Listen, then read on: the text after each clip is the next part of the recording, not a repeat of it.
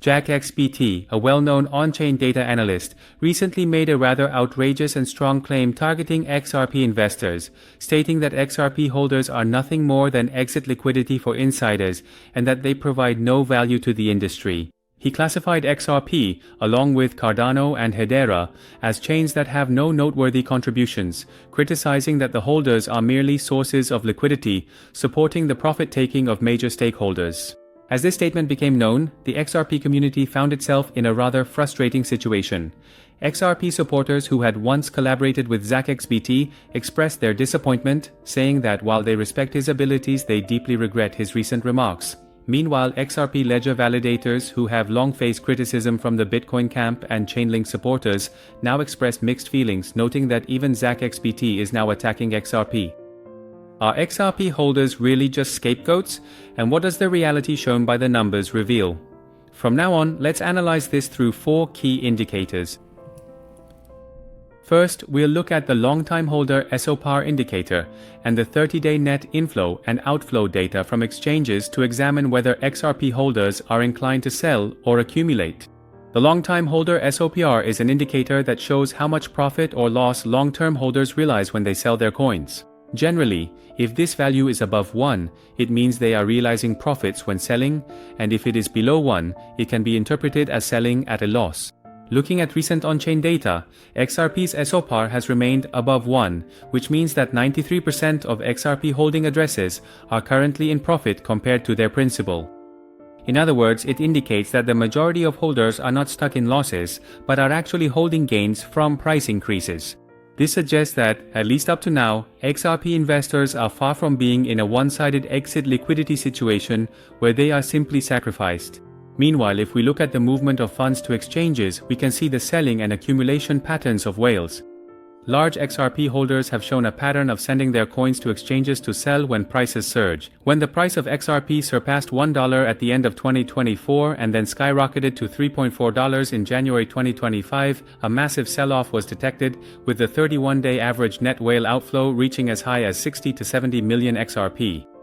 This large-scale sell-off continued from February to March, leaving a serious oversupply signal in on-chain indicators. Fortunately, this heavy selling did not last long. During the correction phase from April to June, whale flows actually reversed, with inflows rising to the 10 to 20 million XRP level, resulting in a slight net inflow, meaning accumulation, over the course of 3 months. During this period, the price of XRP dropped below $2 and moved sideways. When the price was weak, whales also refrained from selling and instead increased their holdings. However, in mid-October, as the price of XRP once again surpassed 2.6 and hit a yearly high of 3.66 at the end of October, it was as if the whales had been waiting for this moment. Their net outflow trend resumed, and currently there is a monthly net selling dominance of around minus 40 million XRP. In short, whales have shown a pattern of taking profits when there is a significant price surge, and during corrections they reduce their selling and increase their holdings. This suggests that, contrary to some claims that all XRP holders are continuously on the losing end, the situation is different. Even though some insiders may have taken profits, a significant number of long-term holders are still in profit and have even bought more at the lows, as this data shows. Secondly, let's look at the ratio of open interest in derivatives to spot trading volume to examine the proportion of leveraged investment versus actual demand. Here, spot trading volume refers to the actual amount of XRP coins being traded, while open interest represents the total size of contracts that remain unsettled in the derivatives market, such as futures and options. Simply put, if open interest is excessively large compared to spot trading volume, it means there is a high level of leveraged speculative demand in the market, such as borrowing, buying, or short selling. Conversely, if the proportion of open interest is low, it indicates that trading is mainly spot-based. In other words, actual demand is driving the market. Looking at the current data, when the price of XRP surged last month, the total global futures open interest soared to $11 billion. But recently, it has decreased by about 30% to around $7.7 billion. During the same period, the daily average spot trading volume of XRP is estimated to be between $6 billion and $9 billion. Considering this, the current open interest is almost the same as, or slightly lower than, the daily spot trading volume. In other words, although the size of leveraged positions is still considerable compared to a month ago, we can see that the speculative fervor has noticeably cooled down. In fact, according to Cointelegraph's analysis, over the past month, XRP futures open interest has dropped by 30%, from $11 billion to $7.7 billion, indicating that the overheated speculative bets have subsided. This is being interpreted as a normal correction related to either weakened trader conviction or profit-taking. What's interesting is that a similar phenomenon occurred in the first quarter of this year as well. At that time, when the price of XRP plummeted, futures open interest crashed by 65%, from $8.5 billion to $3 billion. However, after that, the market actually stabilized and a new phase of bargain buying emerged. Similarly, many view the recent decrease in open interest not as a sign of panic, but as a process in which excessive leverage is being cleared out, making the market healthier. For example, in the third quarter of 2025, open interest in XRP futures dropped by 36%. This was interpreted as a sign that short-term bearish bets were being closed out, indicating that the bear forces were exhausted. Some analyses even suggested that the overall upward trend remains unchanged. Above all, it is encouraging that institutional investors' spot buying activity was observed during this phase of leverage reduction. In mid-July, when the price of XRP plummeted and tested the 0.284 support level, a public pension fund in New York State, USA, increased its XRP holdings by more than 500%. Also, during the same period, Grayscale's XRP trust grew by more than 40% in just 1 month, demonstrating that institutional funds were engaging in bargain buying. In summary, the recent proportion of open interest in XRP futures has shifted from an overheated phase to a normalization stage, and at the same time, institutional spot buying is strengthening, driven by expectations of ETF approval. This can also be interpreted as a sign that the center of gravity in market trading is shifting from simple leverage speculation to real demand-based activity. Third, let's take a look at ODL transactions and the use of the RLUSD stablecoin, which can be considered indicators of XRP's actual utility. These are indicators that show how much XRP is actually being used in real-world financial settings, regardless of simple price speculation. ODL is an on-demand liquidity remittance service provided by Ripple, which uses XRP as a bridge currency for fast and low-cost international transfers between banks. If XRP is truly contributing to the industry, the volume of ODL transactions should steadily increase. In fact, according to Ripple's latest report, the quarterly ODL transaction volume in the second quarter of 2025 reached $1.3 trillion. Compared to previous quarters, which ranged from tens to hundreds of billions of dollars, this is an explosive increase, indicating that the use of XRP as a replacement for traditional remittance networks has risen dramatically.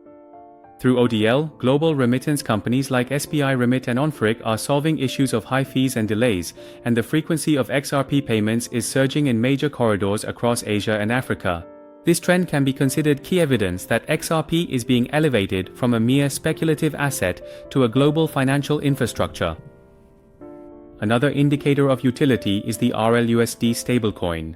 RLUSD is a dollar-pegged stablecoin launched by Ripple at the end of 2024. It is issued on the XRP ledger and is a fully collateralized institution-grade digital dollar. This RLUSD is rapidly spreading and driving real-world usage within the XRP ecosystem. In fact, the circulating supply of RLUSD has reached 642 million, with 164 million of that being directly utilized on the XRP ledger. The adoption of RLUSD has led directly to an increase in XRP ledger transaction volume, and in 2025, the average daily transaction volume on the XRP ledger has surged by 40% compared to the previous year. This is an indicator that shows XRP ledger network activity has become more active, and it serves as evidence that XRP is being widely used for actual payments and transactions. Moreover, RLUSD is combined with the XRP ledger's automated market maker feature, expanding the scope of XRP's use by generating over $400 million in trading volume within the DeFi ecosystem so far. These kinds of real-world usage data clearly show that, contrary to JackXBT's assessment of XRP, meaningful contributions to the industry are indeed being made. In the past, JackXBT criticized the fact that major stablecoin issuers were not adopting XRP, but in fact, this year in June, there was a change when US-based Circle joined by issuing USDC on the XRP ledger. This can be seen as a sign that the use of XRP is increasing in the US market as regulatory clarity improves. So, to sum up, the explosive growth of cross-border remittance ODL and the adoption of new stablecoins on the XRP ledger are strong signals that XRP is proving its real-world utility. The fact that these detailed indicators are being confirmed numerically through increases in trading volume and transaction growth supports the argument that XRP holders are not just propping up others' profit-taking. Lastly, let's take a look at the flow of funds into XRP-related ETF and ETP investment products. This serves as an indicator of capital movement by institutions and high-net-worth investors, and if money is flowing into these products, it can be interpreted as there being mid- to long-term investment demand for XRP. In recent weeks, XRP has recorded a notable net inflow of funds in the global cryptocurrency ETP market. Inflows into XRP ETPs, trusts, and other investment products operated in Europe and Canada have continued consecutively since August. According to CoinShares' weekly report, in the first week of August, $31.2 million flowed into XRP products, $18.4 million in the second week, and $125.9 million in the third week. Notably, in the week of August 18th, XRP saw a fund inflow that far exceeded $100 million, marking the largest net purchase among altcoins for that week. If we look at the average over the previous 3 weeks, $56 million per week flowed into XRP, which is a strong signal that institutional investors are actively adding XRP to their portfolios. Moreover, even during the week at the end of August, when there was a massive outflow of $1.4 billion from the market due to overall tightening concerns, XRP stood out by recording a net inflow of $25 million, performing relatively well. The fact that money continues to flow into XRP, even in a bear market like this, shows that investor sentiment toward XRP remains strong. Meanwhile, in the United States, the world's first XRP futures ETF, ProShares Ultra XRP, was approved and launched in July, and an application for an XRP spot ETF is also currently under review by the SEC. After the SEC dropped its lawsuit in August, confirming that XRP is not a security, institutional adoption has accelerated, with even the New York State Pension Fund making large-scale purchases of XRP, leading to a significant increase in institutional participation. In summary, looking at the recent flow of funds, we can see that as regulatory risks have decreased, hundreds of millions of dollars are steadily flowing into XRP-related investment products. This means that XRP holders are no longer just fringe individual investors, but are now accompanied by institutional-level funds, and it also indicates that there are real buyers in the market. In other words, XRP has now entered a phase where it is transforming from a speculative token into a regulated asset, and if this inflow of external capital continues, the exit liquidity narrative becomes difficult to sustain.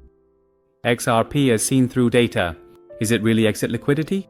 Based on the 4 key indicators we've examined so far, let's summarize the status of XRP holders in a checklist. First, the long-term holder SOP and exchange flows.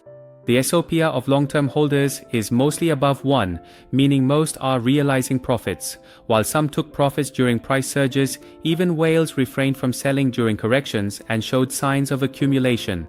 Second, the ratio of open interest to spot trading volume. At one point, the proportion of open interest in futures was high, but over the past month, open interest has decreased by more than 30%, indicating a cooling of excessive leverage.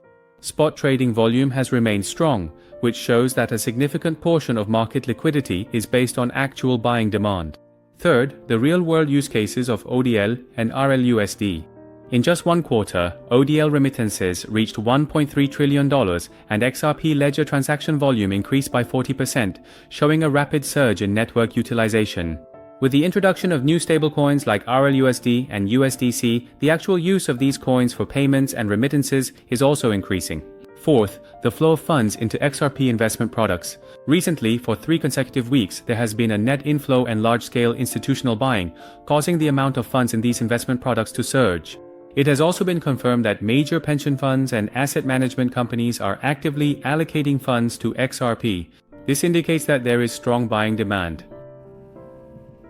If 3 or more out of these 4 indicators point toward real demand and accumulation dominance, then the claim that XRP holders equal exit liquidity loses its persuasiveness.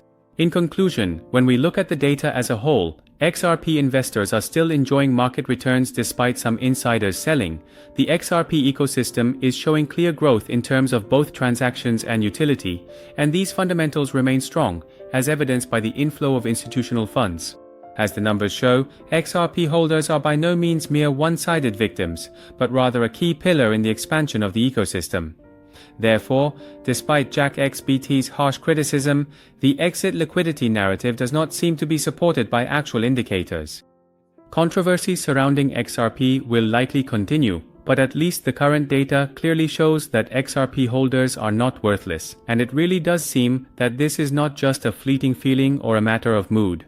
I hope you can take these updates into account and set up a wise investment strategy.